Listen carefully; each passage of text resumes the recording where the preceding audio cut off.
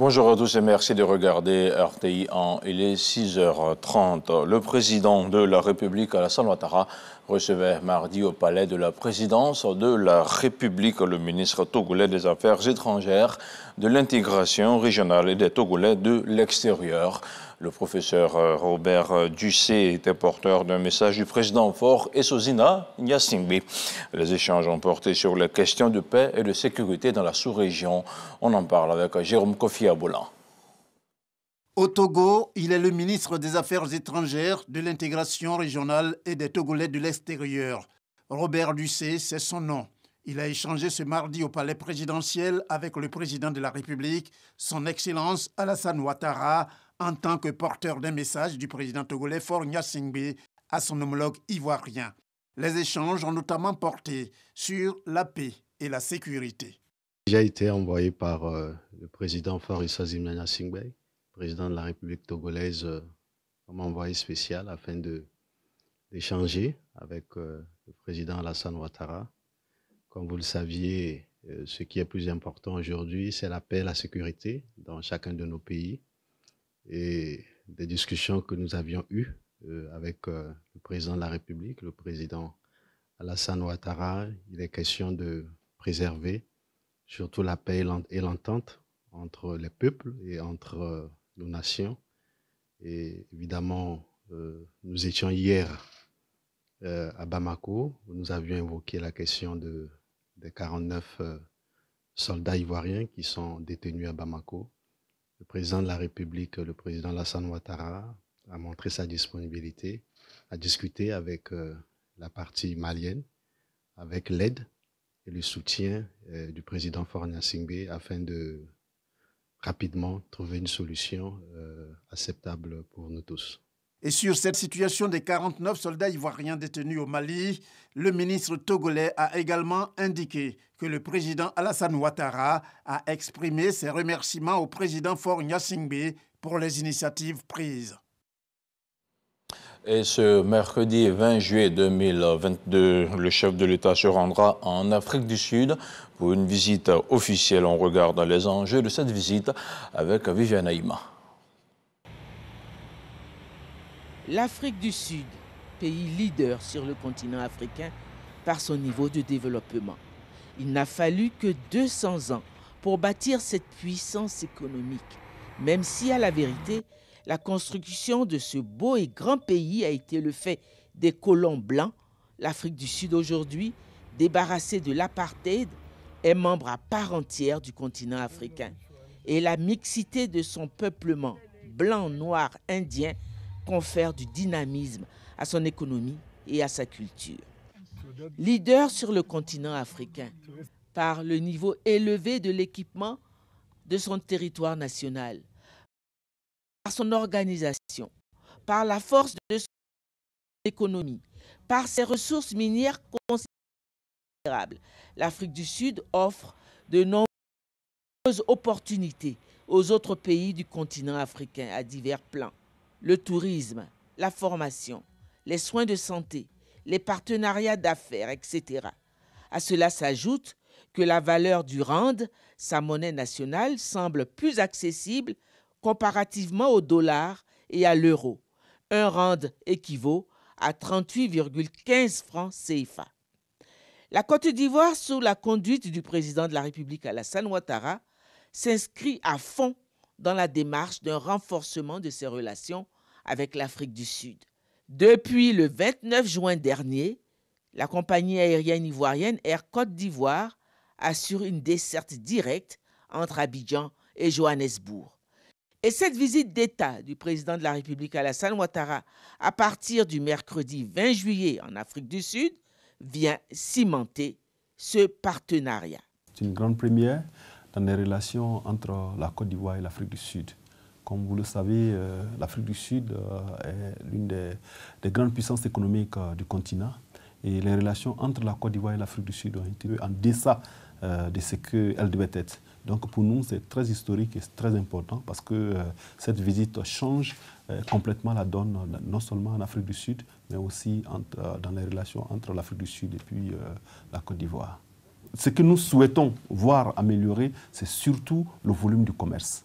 Parce que, comme vous pouvez le constater, l'Afrique du Sud est en contre-saison de la Côte d'Ivoire. Actuellement, nous sommes en pleine saison sèche en Afrique du Sud, alors que nous sommes en saison de pluie en Côte d'Ivoire, dans notre pays. Ce qui veut dire que les échanges au niveau des produits agricoles peuvent déjà constituer le socle même des relations entre les deux pays. Donc on veut vraiment améliorer le volume du commerce et puis les échanges entre les hommes d'affaires. Donc on veut qu'il y ait véritablement des accords entre les hommes d'affaires pour booster plus ou moins la vision de nos deux chefs d'État. Parce que comme vous le savez, le président Alassane Ouattara a toujours souhaité un pont entre vraiment Johannesburg et Abidjan, un pont de commerce. Et je crois que l'opportunité maintenant est offerte. Partenariat renforcé avec l'Afrique du Sud, à la suite du partenariat avec la Chine, le Nigeria, le Maroc, le président de la République Alassane Ouattara imprime sa vision d'une diversification des partenaires économiques de la Côte d'Ivoire. Et ici, chez nous, en Côte d'Ivoire, le vice-président de la République, Otiemoko Mélié Koné, a présidé hier mardi la cérémonie de baptême de la 46e promotion des élèves officiers de la 61e promotion des élèves sous-officiers de l'école de gendarmerie d'Abidjan. Cette cérémonie a été marquée notamment par la remise des galons, la passation de glaive et la prestation de serment des élèves officiers et des élèves sous-officiers de deuxième année. Aux 713 gendarmes qui viennent renforcer les rangs de la maréchaussée, le vice-président de la République a exprimé ses vives félicitations. Il les a exhortés à la solidarité et au sens du devoir envers la nation et le peuple de Côte d'Ivoire. Plusieurs parents et invités ont assisté mardi à la démonstration de maniement des armes, de parcours bleu et des scènes de karaté, des savoir-faire exécutés par des sous-officiers de première et deuxième année. On regarde le compte-rendu d'Abou Sanogo. Maniement d'armes pour montrer la dextérité et le professionnalisme avec lesquels le gendarme manie son arme.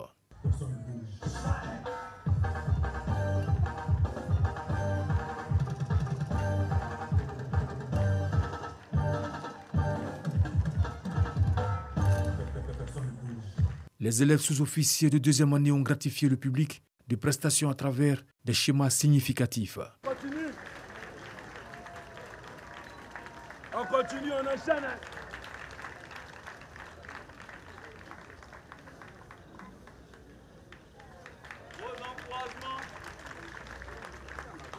Autre temps fort, le parcours bleu, qui met en exergue le caractère pluridimensionnel des missions de la gendarmerie nationale. Pour cet exercice, 2 équipes constituées des sous-officiers de première et deuxième année sont aux prises sur 2 parcours du combattant réduit. Objectif, faire apprécier l'agilité et la rapidité avec lesquelles le gendarme peut se déplacer en cas de besoin sur le terrain.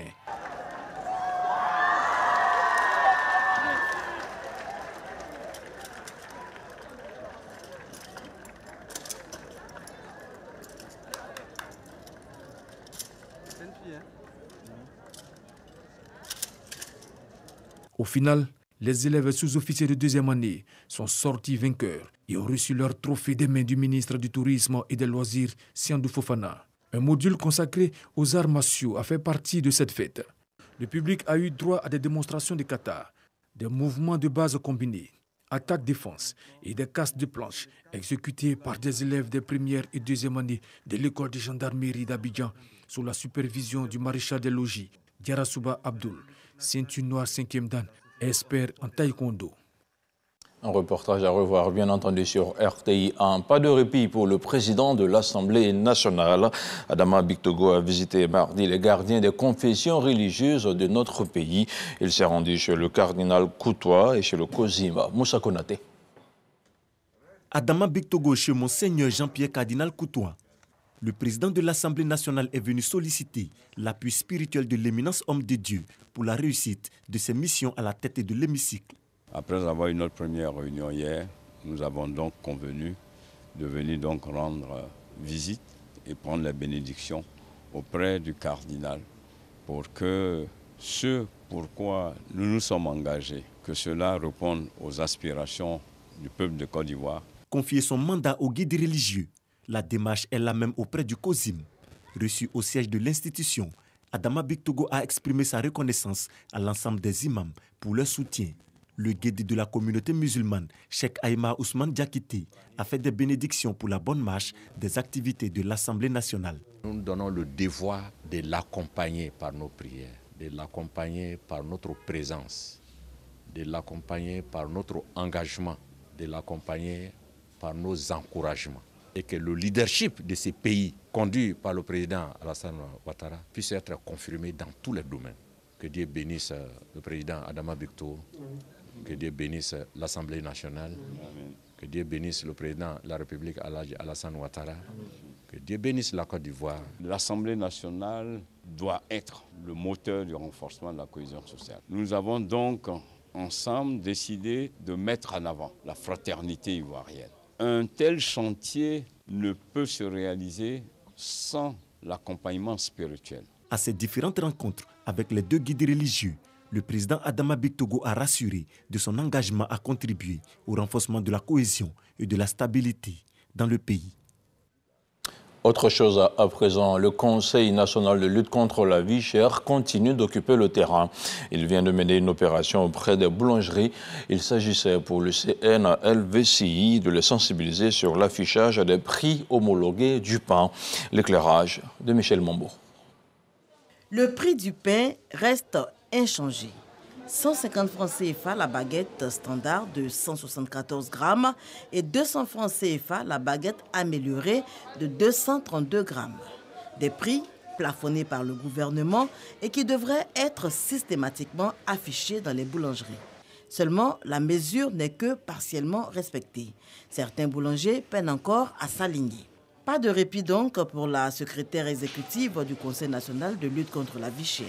Dr Rani Didis Bakone est de nouveau sur le terrain pour faire appliquer la décision du gouvernement. Voilà la baguette de 150, voilà la baguette de 200. Il s'agit pour les boulangers de mettre à la vente les deux types de baguettes afin de laisser le choix au consommateur d'acheter la baguette de son choix selon sa bourse.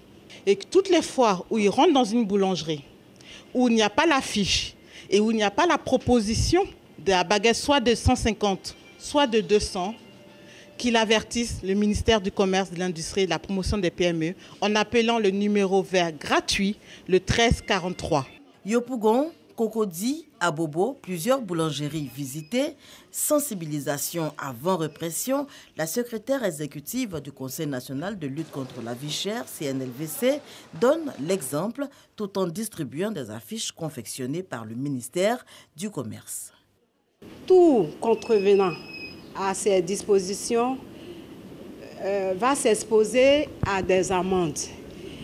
Et de ces amendes, nous irons jusqu'à la fermeture de ces boulangeries.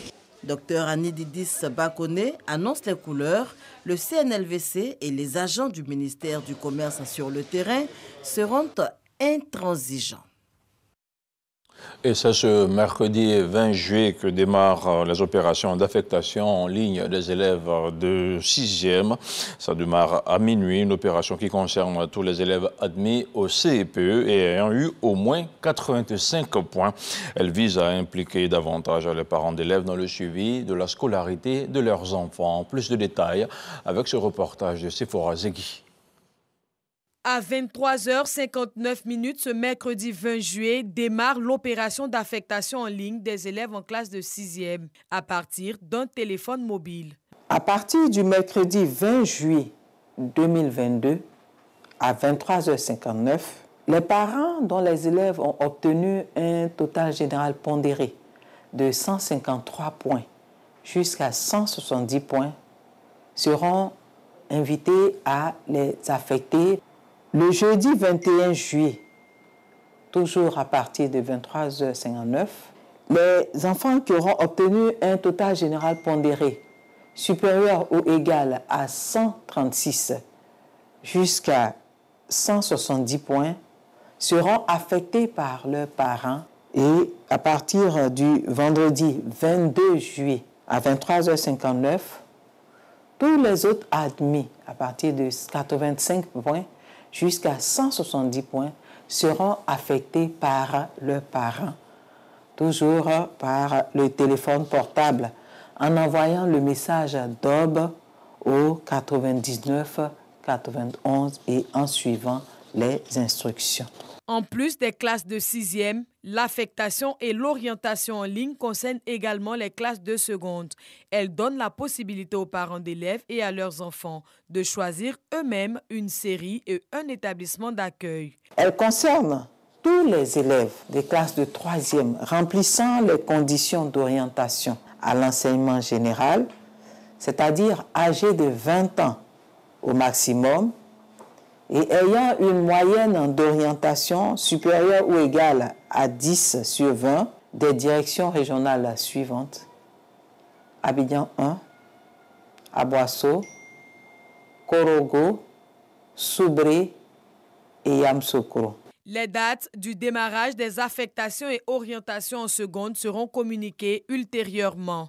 Qu'il s'agisse de la 6e ou de la seconde, l'entrée dans les établissements d'excellence est soumise à des conditions spécifiques disponibles sur la plateforme de la DOB www.mendob-ci.org.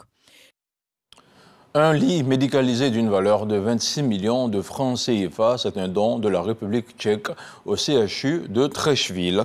Il s'inscrit dans le cadre de la coopération bilatérale entre Prague et Yamoussoukro, un don qui permettra d'améliorer la prise en charge des patients de cet hôpital. Frédéric Gorebi, Jean-Marc Djadji pour le commentaire. Un lit médicalisé d'une valeur de 40 000 €, soit à environ 26 millions de francs CFA. C'est le don de la République tchèque au centre hospitalier universitaire CHU de Trècheville. Ce pays d'Europe centrale a décidé de contribuer à une meilleure prise en charge des malades du CHU et au renforcement du système sanitaire ivoirien. Ce n'est pas seulement un lit, c'est un commitment pour le futur que la coopération va être encore plus profonde.